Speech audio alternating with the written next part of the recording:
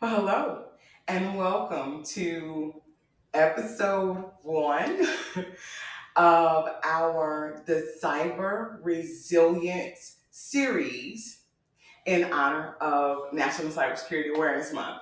For those of you guys that know me, follow me, like and trust, right? You know that every year I host a cybersecurity awareness conference. But this year I decided to do things just a little bit different. And so, as you've probably seen in some of your notifications and your emails and on our social media platforms, this month we will be going live every Tuesday, 11 o'clock a.m. Central Standard Time, right, for a 30-minute webinar each week on something critical and important and changing in this particular industry.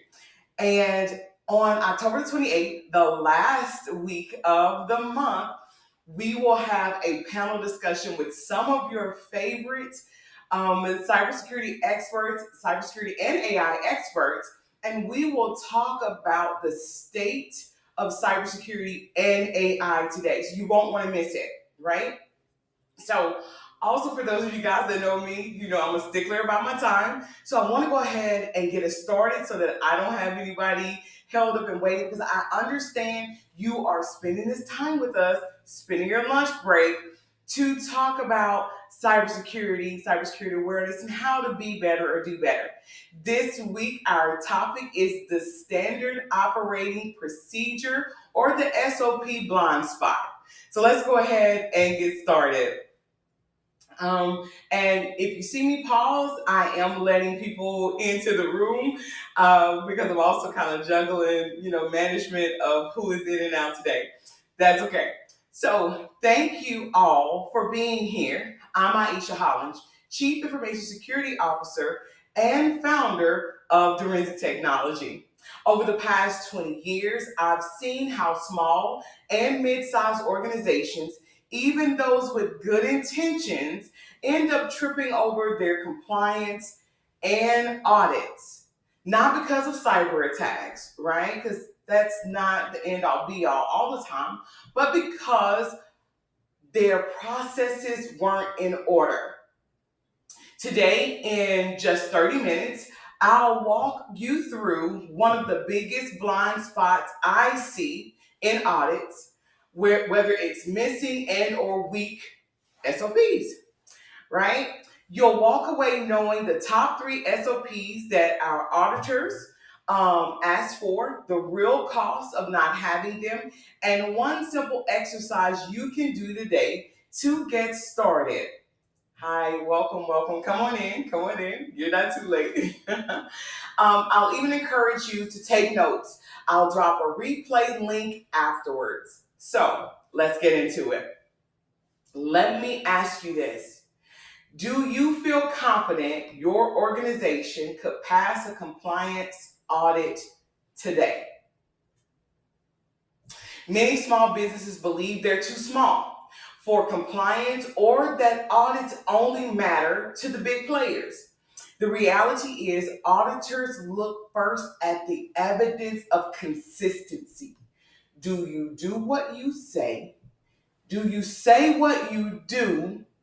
And then do you document it? Across industries, one common audit finding is missing documentation. Processes that exist only in your employees' heads, but not on paper. These gaps are a hidden cause of regulatory penalties and compliance failures. Imagine you're bidding for a contract that requires HIPAA or CMMC compliance. Your prime asks you, show me your SOP for incident handling, access controls, and change management. If you can't, your bid is disqualified before they even meet you. Believe it or not, as someone who in my industry, that's usually when we get our phone calls, right? We get frantic calls from our vendors or our service providers, I'm writing, we're doing our RFP, it's due, and they're asking us, can you give us a quick, right? And that's not something that we can give to you necessarily quickly, especially if you're not already a client. You're under an RFP deadline and you're trying to put us under the same deadline, and it does not necessarily always work out. But for example, let me talk you through this actually happened with one of our defense contractors who actually lost a $1.2 million federal contract. Why? Their incident response SOP was outdated. The audit found missing approval chains, no employee sign off, zero logging of previous drills.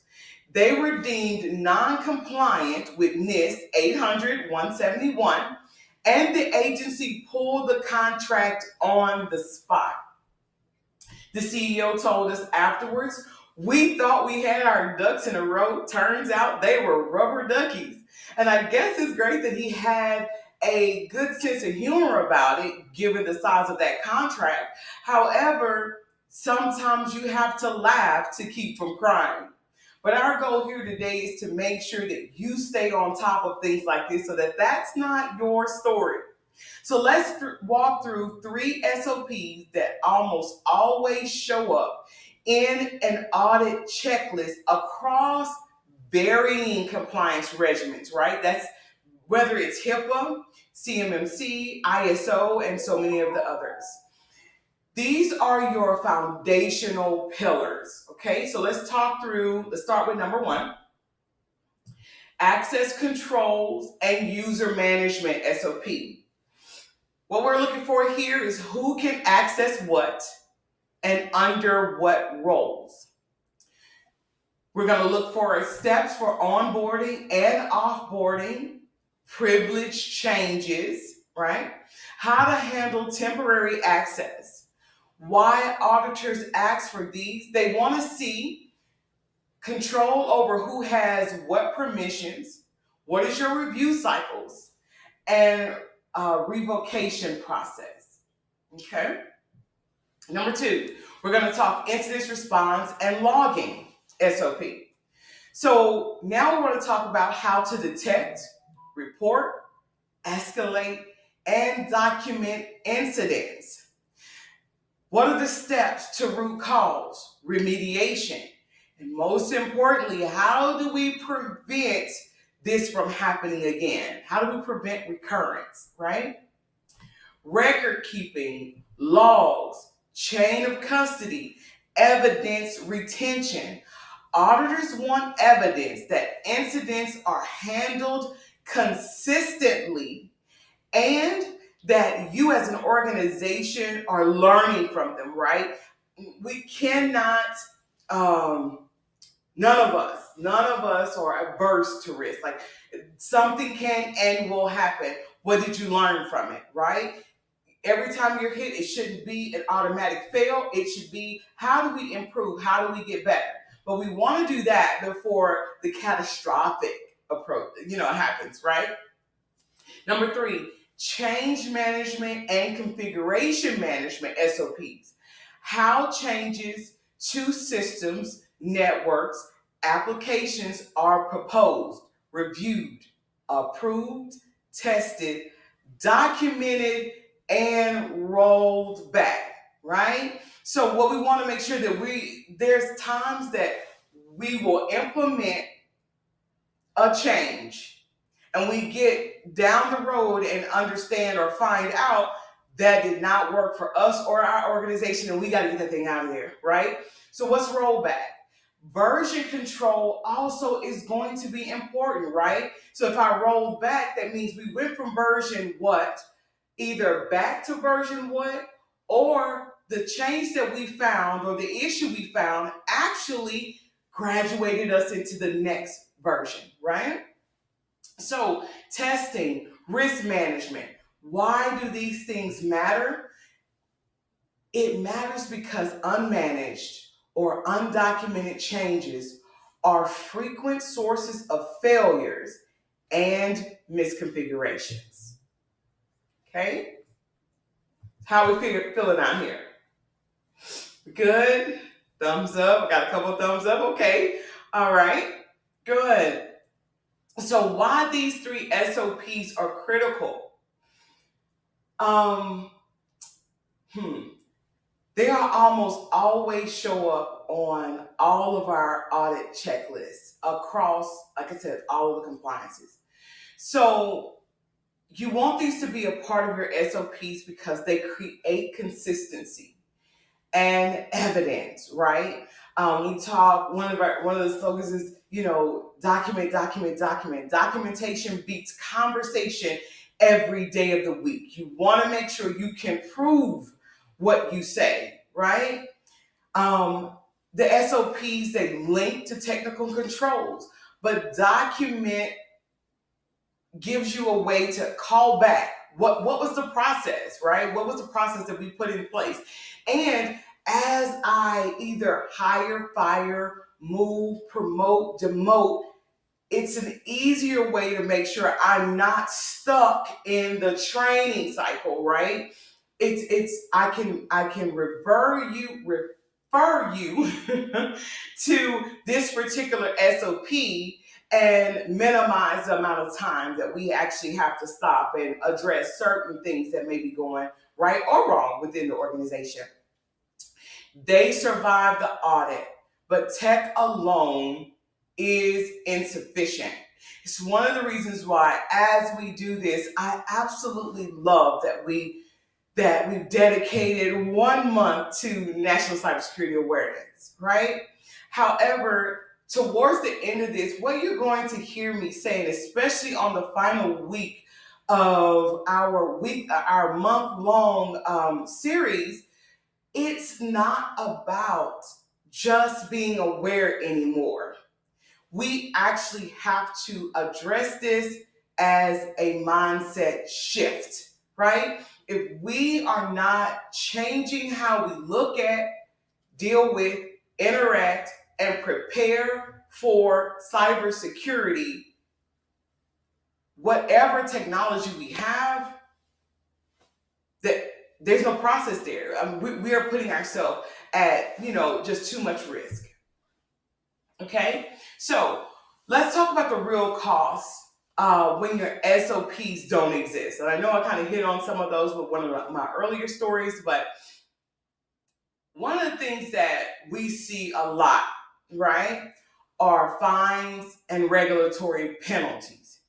HIPAA violations in healthcare organizations have resulted in fines from $100 to $50,000 per violation or per record, with maximum penalties reaching $1.5 million per violation category per year. You heard that right. I didn't say you can get hit with $100 and you're done. $100 to $50,000 per violation, right? Regulatory bodies are more aggressive in enforcing non-compliance now. Besides the fines, you may suffer loss of your license, regulatory oversight, or mandated corrective plans, lost contracts and disqualification. Many requests for proposals, so those RFPs, now require proof of SOPs, compliance maturity, or audit readiness. And if you can't show those SOPs, you'll be screened out before your pitch is ever heard. And as I said, I literally have quite a few clients who have come to me that were pitching to particular organizations that said, hey, if you can't prove to us what your incident response plan is, we cannot move forward. I had one client who literally lost one of their major contracts because before they became my client, right, they had not implemented in a timely manner. So when they originally wrote the contract that they had won, which was great, so they won it, but then things changed, and by the time it was time for them to reapply or re-win a contract that they never should have lost, right? Because they were doing a great job, they just didn't have these things in place that they wanted before. But times are changing, so we want to make sure that we stay, with the times. And even if you win, um, some of these, pitches that we put in, the clients may demand that an audit happens or remediation, or in some cases, I've seen they have delayed your payment until you comply. So imagine that. You've done the work and you're awaiting your payment, and it's not until you actually comply with the SOPs or with the requirements and the standards that they'll give you back, they'll actually submit or release your payment. As for some of us who work government contracts, right? What we never want to see is any reason for them to hold payment, right? It's already tough enough. So you want to make sure that you stay within compliance. But as I give, examples, I love to make it relatable, right? We can talk, sometimes we talk through this cybersecurity thing and we never make it make sense or make it relatable. So we did have a mid-sized water treatment equipment manufacturer that had solid engineers and an IT staff.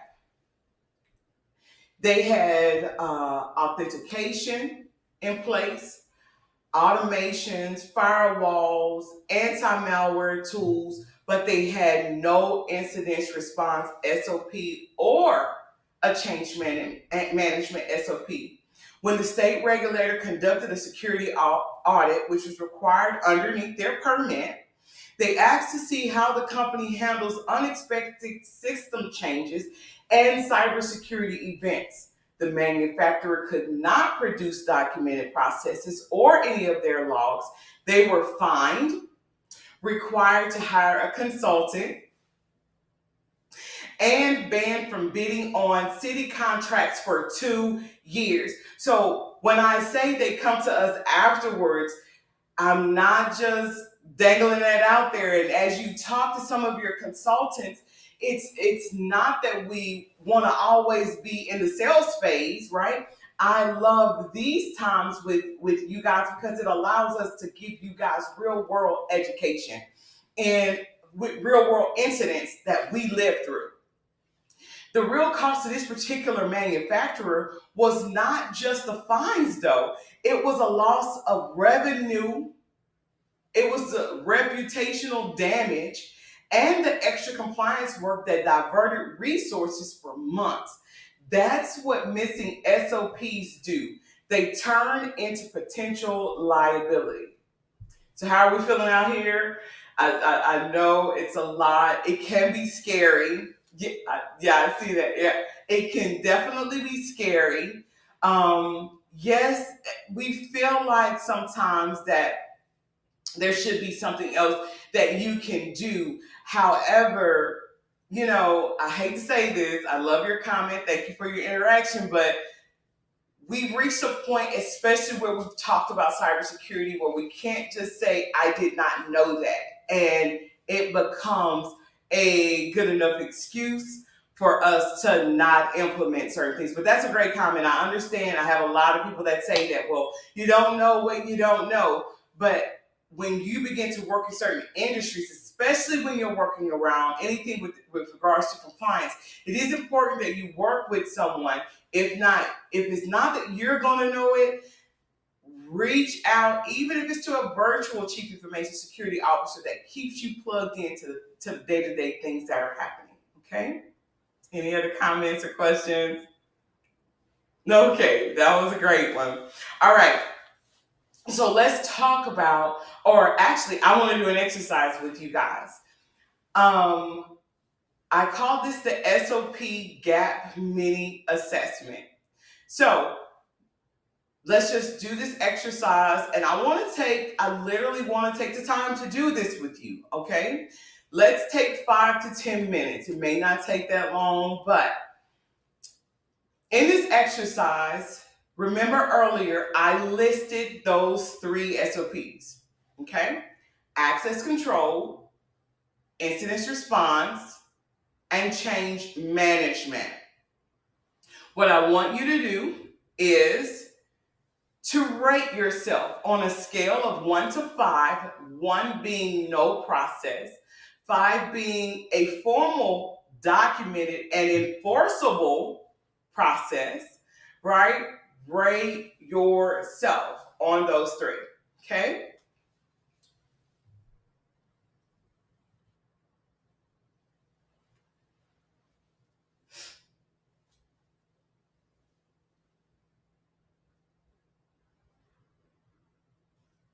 Okay, I see some numbers coming in. All right. Okay. Not bad. Okay. We're gonna talk about it at the end. Hold on. I definitely gonna ask for a brave soul. Hold on. All right. So number 2, identify one subtopic per SOP where you're the weakest. So this could be your revocation process, your root cause documentation, your rollback plan. Pick any of those, okay? Which one are you the weakest?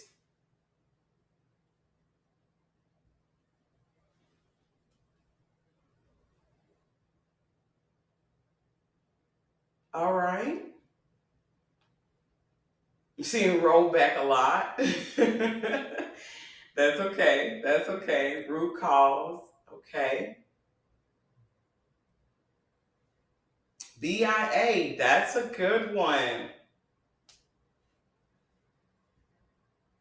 All right. So next, we're going to ask that you commit to writing at least one first draft outline for your subtopic by tomorrow.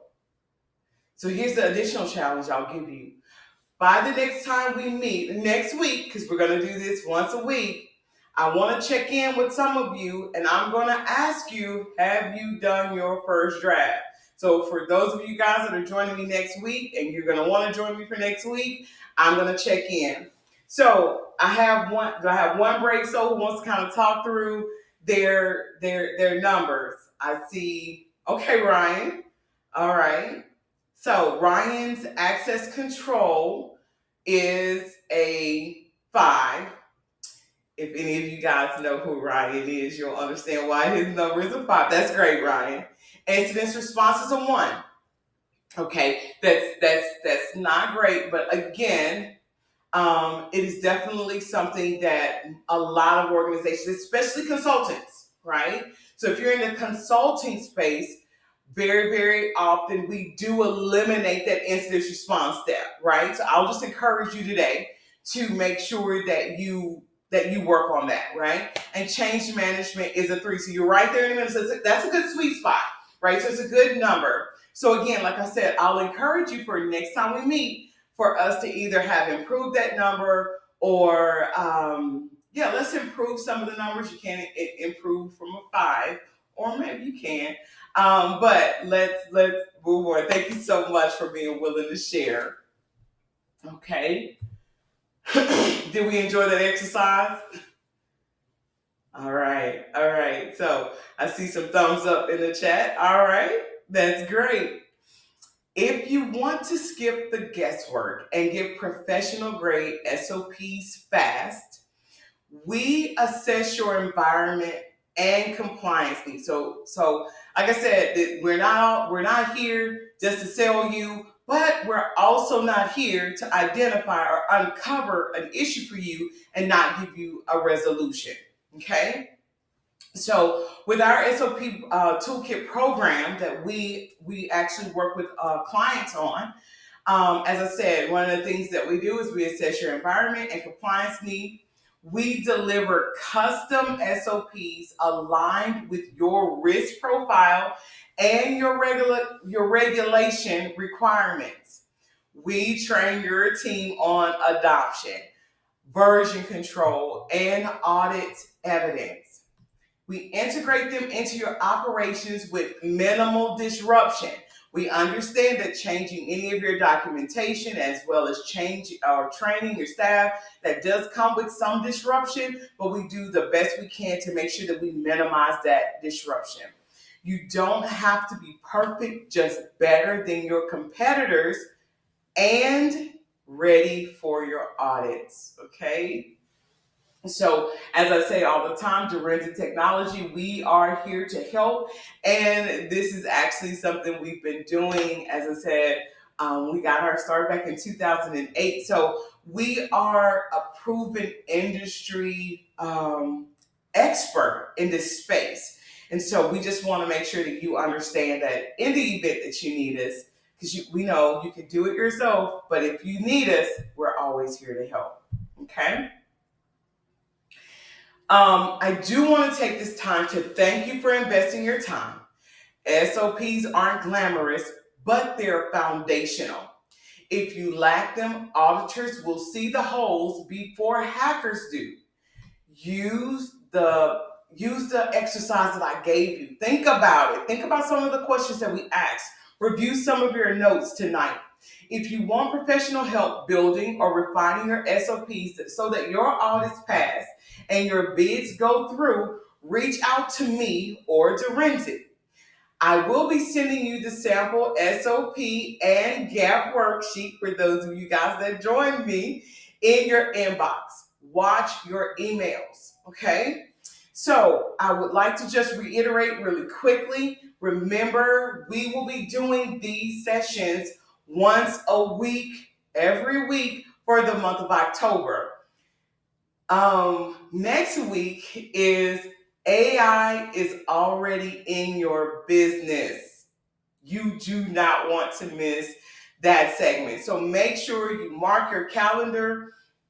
You tell a friend, you like, share, subscribe, because in some cases, we're putting it out on LinkedIn. If you're not already on our subscription list, you do need to maybe subscribe to our newsletter so that you can get notifications of when sessions such as these are happening. Also, I can't say it enough. You want to make sure that you are here for the final week on October the 28th, because we have a wonderful lineup for you. We have some cybersecurity experts, we have some AI experts, and we're going to talk through the state of cybersecurity as it relates to AI today. You don't want to miss it. All right, so before I close out, we have just a little bit. We have like maybe 2 minutes. So, do we have any questions that I can address at this time? Okay, I'm looking in the inbox. Great presentation. Thank you. Thank you very much. I appreciate it. Okay. All right. This was very helpful. Okay. Well, since I don't have any questions, lots of good feedback.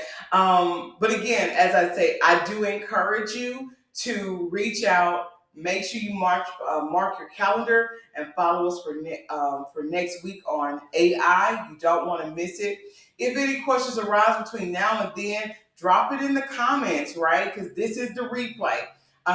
If you weren't here today and you didn't give me a question, every other question is gonna mean you watched the replay. So thank you so much for watching the replay. Drop your comments down below, and I will make sure that I go through and I answer them. Thanks so much for being here with me today. Hopefully this is helpful for some of you. That's all I have. I've been Ieshea Hollins, your cybersecurity evangelist, Chief Information Security Officer, and I am here to say happy cybersecurity awareness learning. You guys have a wonderful day. Bye-bye.